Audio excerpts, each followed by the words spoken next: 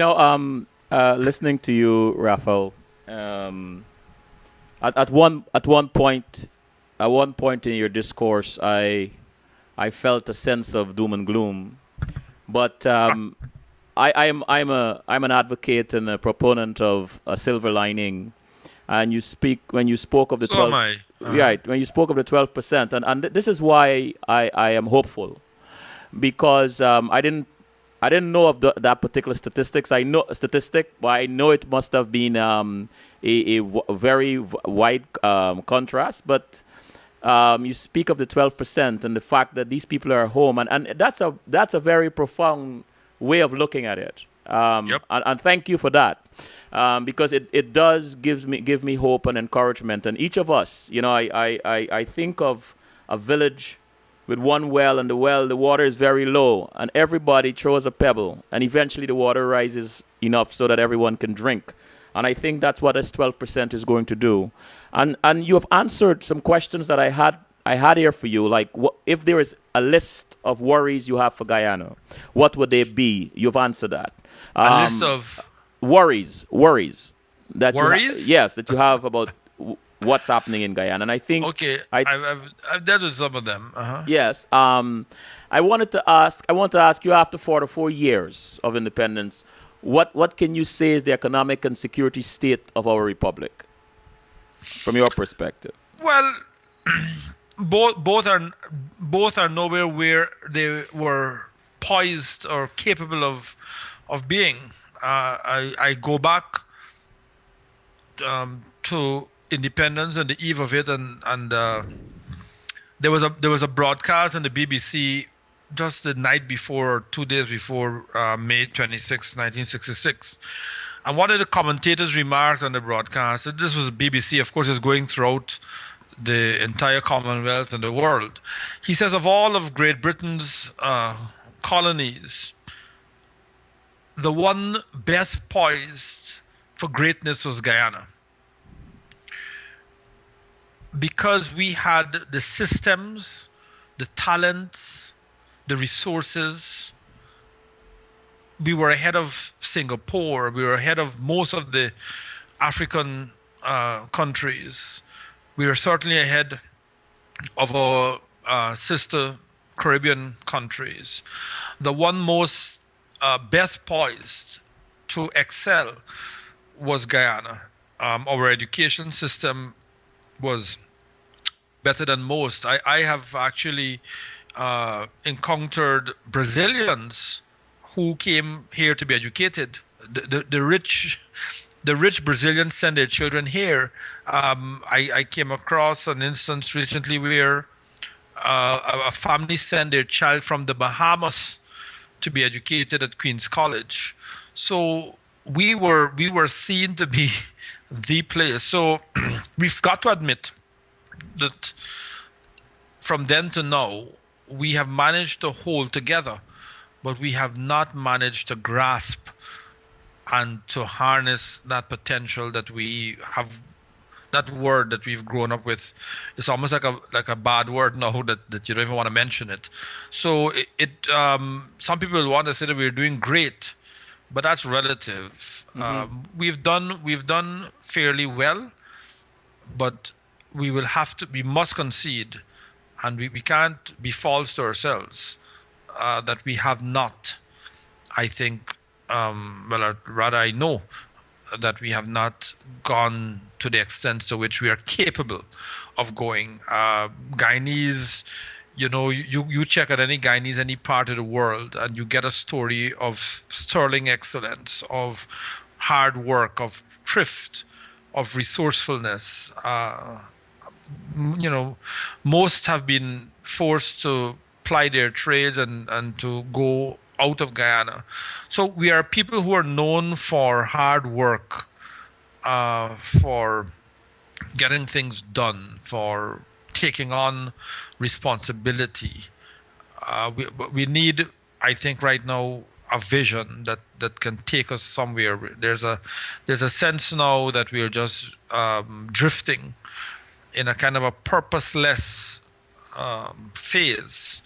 And so what we really need is to get back to a vision and to have visionary leadership. I don't know whether it resides in one person or whether it really should come from a combination of persons. But certainly, I think the nation is crying out now for a vision to steer it. There are signs and there are pockets and there are components of development. If you move around the city, you will see massive construction and things happening and people driving the latest model vehicles and so forth. Some of these, of course, are suspect, but generally some people are doing well, and that is to be respected.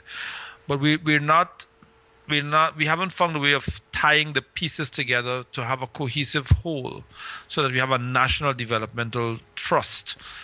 So you can point to instances of excellence, but there's that what is missing is that common thread that is woven through everything, so that you have a sense of where it is you're heading.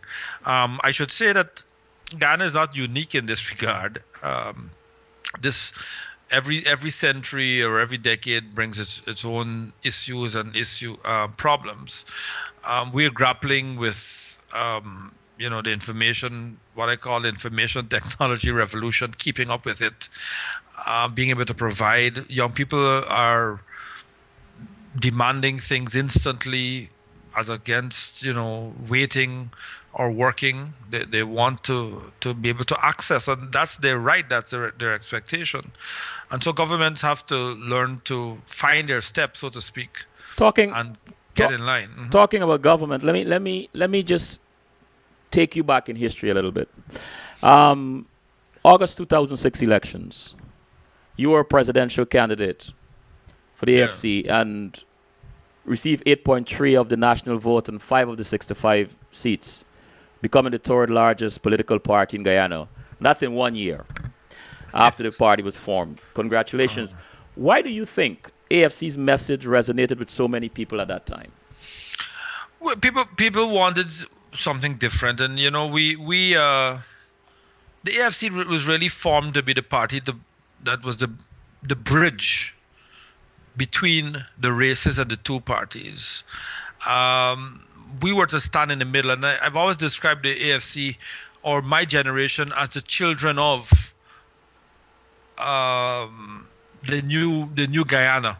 And so all of us, someone want to admit it, but we all carry the DNA of either the PPP or the PNC in some way or the other. And I think the sooner we accept that fact, it's like recognizing that person over there is your cousin. You may not be the best, but is your cousin, is blood. So we carry the DNA, and the AFC was to be the bridge, the platform on which people could stand and relate. It's like the bridge between two banks of a river. On one bank, it's the PNC representing one block of society, and the other is the PPP representing another block. And we were to be the intermediary between, because in a sense, we are the children, we are the successors of these two. In both, I think there are aspects of some good, and in both there are aspects of some bad. But the sooner we come around to accepting, as I said earlier, that the purpose of the PNC should not be to annihilate the PPP. And the purpose of the PPP should not have been to annihilate the PNC, but to recognize that they both represent large blocks and of stakeholders. And so a mechanism has to be found to ensure that they can work together, even if there's minimum of trust. Some mechanism has to be found, and so the AFC really came to kind of separate them from and embrace a conflict that had been going on for 50 years. To separate them and to say the time has come to stop this fighting. Mm-hmm. Be competitive, but not destructive. Sorry. Yeah, what I was saying is, it's okay to be competitive, but not destructive. So in retrospect, is there anything you would do differently if you were running for president today and circumstances were the same? I would I would keep pushing the line of healing and reconciliation, which is, as I said, what motivated me to form the AFC, because we can't keep fighting. Because while we're waiting to get rid of and to destroy, the world is moving on, and not moving on at a snail's pace. It is moving on at lightning speed, and so we have to find a platform for reconciliation of the races. So that is what I would be more emphatic about it. I would push it some more. Okay. But I wouldn't change the message, so to speak. I would perhaps amplify it, Well, but I wouldn't change it. well, you saying that now that you said that, I don't know if it's fair to ask you this, but I'm going to ask it anyway. In your opinion, because the AFC is still a viable party, and I guess it's growing and very vibrant. In your opinion, do you believe that the message needs recalibrating, has been recalibrated, or needs to be left alone to win in the next election? I believe the message needs to be recalibrated. What happens, it's quite normal and natural. Smaller parties, newer parties, of course, they come under tremendous pressure and opposition and attack. And so the AFC has had to maneuver to become, I think, a little too defensive, because it takes a bombardment. And bear in mind that the AFC, when it came out, was not just in opposition to the government, but it was in opposition to a way of life, of a two-party dominant, a system dominated by two parties.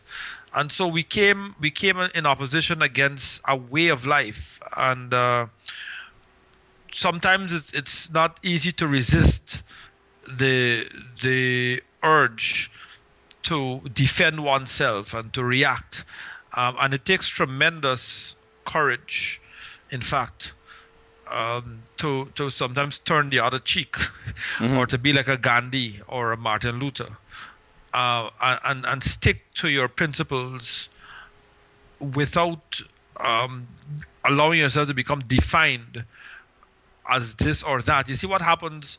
Both sides in a battle that has been going on for 50 years will want to pull you to their side. So when you take a position on X, the other one criticizes you. When you take a position with that one, the other one criticizes you. So you have to stay in a middle position. And that position has to always be what is in the national interest. And in that way, you will be criticized sometimes. You will take flack, but at least you will gain the respect of both, because there's a tug of war over you and for you to come this way or that and to define you, and that is the duty of a third party, of a new party, to not allow itself to become defined as either being in this camp or in that camp, but continuing to do what is in the national interest. It may take some time, but in the end, I believe the people will respect that, and they will turn to it. And even those who are in the other camps will have to accept your way as being the better way. You evoked Gandhi just now, and it leads me into a question in the chat room by Carl. Can you describe what healing and reconciliation looks like in Guyana's political reality? Well, I believe I'm a good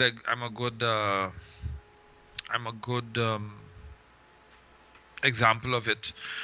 I have in me all of the races. Only this afternoon I got a hate letter about my Amerindian blood, but it wasn't the word Amerindian. It was the other derogatory term. That letter came to me today. So as you move around Ghana, you see young people mixing. You see mixed couples are now quite common, and they don't get a second look. Healing and reconciliation has to come if we are to be successful. there have been many calls for us to have a kind of a truth commission to go back and to address some of the hurts and the pain of the past. That is a start. I think that our leaders always have to keep a certain posturing, um, and to keep the rhetoric at a level that does not debase their offices. If I'm to use, for example, the current leader of the opposition, Mr. Granger, you'll never find Mr. Granger making any statement that is rash or irrational or insightful, and that I respect. But you won't find other leaders doing the same. So it takes a kind of a leader. It takes the people also demonstrating how it could be done and pulling their politicians with them, and it takes as well an opening up. And this is why having access to the internet and to television is so great, because you get a chance to see how other people are living without resorting to conflict and disagreement and dissension all the time. And so but it will take a committed effort. We've come close on several occasions, and then either personalities or events have interfered and affected our ability to really set ourselves on a path for lasting peace. Millicent in the chat room said, "You have identified many issues, political, educational, structural, etc. In Guyana. What are some of the solutions? IMO, the many parties provide a lot of talk and criticism, but no concrete solutions." Well, the person asking the question is quite correct. Each party has a manifesto, well put together, much commonality, in fact, within them. But I go back to my point earlier about the 12% holding a country together. And so what it will take is an understanding that no one group, no one party has all the answers. And what I don't have, I can perhaps search on the other side to see if they have it. That is what is required. And right now, admittedly, there's a lot of rhetoric, a lot of talk, and insufficient action. But we are at a critical stage in our development. We have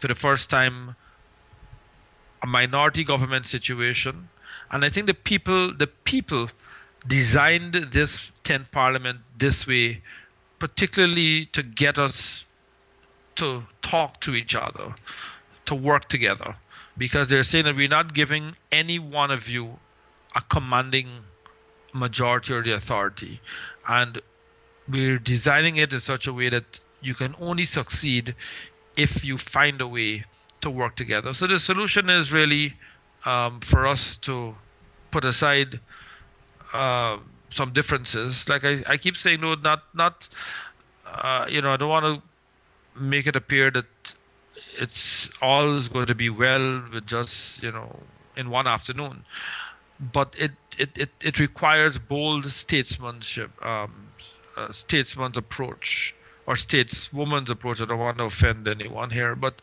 right now the main people in the driving seat are Donald Ramatar, His Excellency, Mr. Brigadier Granger, Leader of the Opposition, and Kemraj Ramjatan, three men. So it really needs those three men, quite frankly, and I've urged all three, individually and collectively, to meet more often and to talk and to begin to resolve our problems. I every time I invite someone to appear on this show and I mention 1.5 hours, sometimes the response is, wow, 1.5 hours, what can I talk in 1.5 hours? But we realize that sometimes the time is very nearly enough. And I'm looking at the questions that I have for you, Mr. Speaker. Lots of them I would love us to delve into. and time is creeping up on us. So I'm going to ask you a favor to lend us 10 more minutes beyond the 10 o'clock time. And if you don't mind, I'm going to go rapid fire because there are some questions there I would like you to answer. Okay. All right? And let's start. Since you mentioned you didn't want to offend anyone and you mentioned a woman, I'm going to ask you this. What do you believe will have to change to allow for a woman to be elected president of Guyana? If I believe, sorry? What do you believe will have to change to allow for a woman to be elected president of Guyana? Well, bear in mind that we've had a woman elected already. So the fact that it could happen once, it means it could happen again. Good. I think we need to have more women involved in politics, rising to the fore. It's still a very male-dominated, arena. I'm actually doing some writing, and one of the things came across some research done on this very issue of more women, and one of the criticisms women have of our politics, and rightly so, is that it is too combative, and they don't want to get involved in a market yard for kind of fighting all the time. So I was quite surprised to see that as one of it. There was a survey done by the National Democratic Institute, and there was a reporting process. So I'm reading through it, and so women are saying, look, we when we look on, obviously it's fighting and snarling and disagreement, and we don't want to be in such a thing. Another one is that women, they're saying that, look, we need more. We don't believe that the resources or the remuneration is good enough, and at least they're being honest, because they're saying we're not going to get into it because it's not enough, and it will affect our jobs, and we need to be able to provide. But more women are coming to the fore, and the parliament has, in fact, we are ranked 25th in the world in terms of the ratio of women in the House. So Ghana is doing very well in that regard. We could be doing better, but it's held up as a standard, certainly in the Caribbean and in this hemisphere.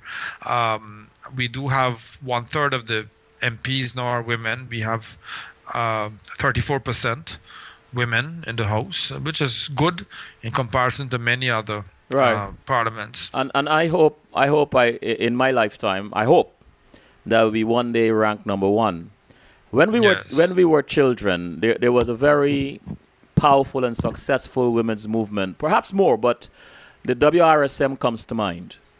Why do you believe that dissolved, and what do you think a similar women's movement will do for Guyana? Well, again, you have to look at what was happening at the time. The PNC was known as the vanguard party.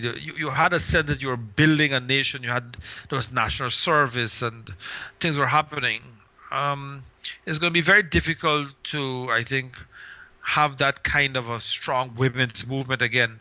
Each woman now feels singularly empowered, and women are still doing well. There's the Red Thread group, which does very good work. Another women's group, there's one called the 4S, which was launched recently. So much is happening, but I don't believe that you will see like a mass following or a mass organization. But women are very, very tuned in and in tune and involved with what is happening. But I think the days of mass-based organizations are fading away worldwide, because you use the social media now to stay connected, and to share information and to organize yourselves. You wrote a book called Change. Yeah. And before I get into that, I want to ask this question, which can lead into that book. Why do you believe the political culture in Guyana needs to change, and what do you recommend? I mean, if you can do that in, short. Well, again, it comes back to my central theme of healing and reconciliation and bold statesmanship to put us back on a visionary path of working together. What is the hardest political decision you have ever made? Having to delink from the PNC would have been the hardest decision I've ever made. Now, feed, clothe, and house ourselves is a grand vision for Guyana. advocated by the late President Forbes Burnham and now others. What do you believe it will take for Guyana to accomplish this and also be the breadbasket of the Caribbean? Again, not much. The political will to get it done. We have the land, they have the resources, we have the ability to feed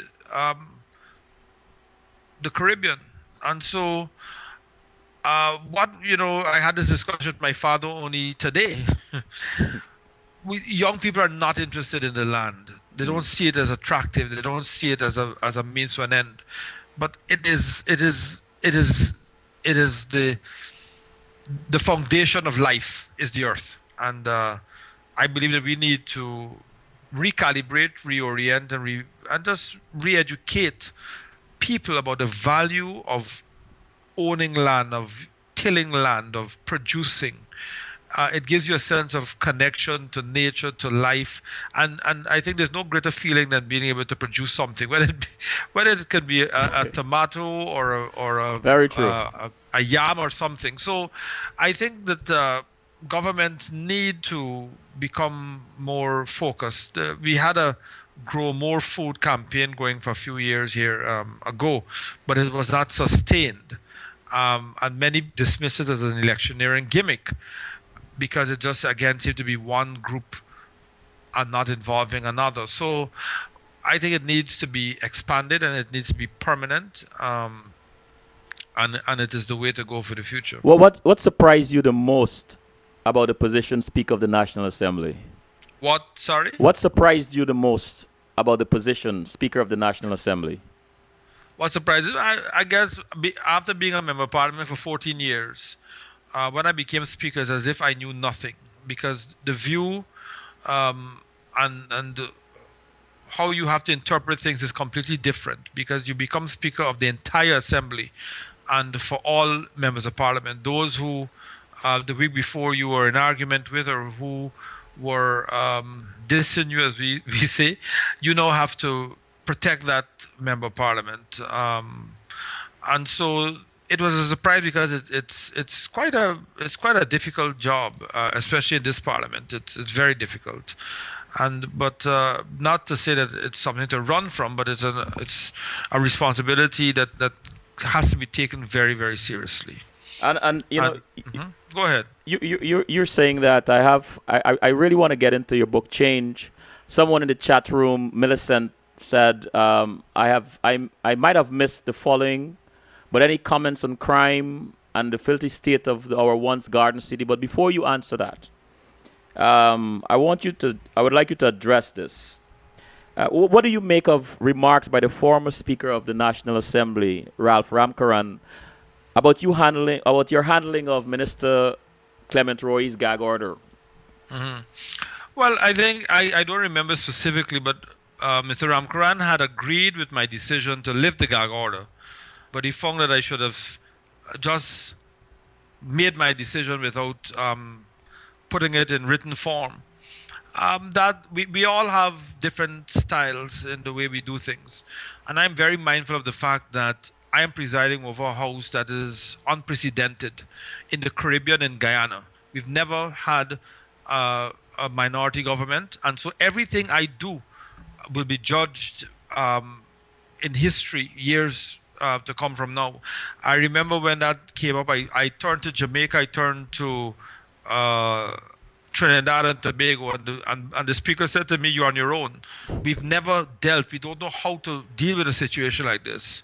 And so it's like cricket. When you're looking at a game, it's easy to tell the batsman how to play the stroke, but when you're out there and the ball is coming at 110 miles per hour at you, is a different thing. So Mr. Ramkaran, I respect. He was speaker for 10 years, and so he had more of an ease and a comfort, I think, after 10 years in the seat with making decisions.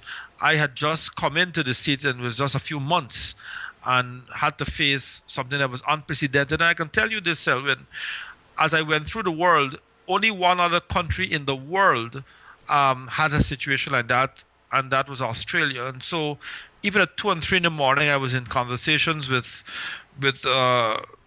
the officials in Australia about how it was dealt with, what were the differences. And I believe that as a steward, and I come back to being a steward, I had a duty to reduce my reasons in writing and to be able to explain them, because I must be able to say at the end of the day, this is my decision and this is why I made it, and I must be able to rationalize my decision and not just say, well, this is my decision and I don't have to give you a reason or explanation for it.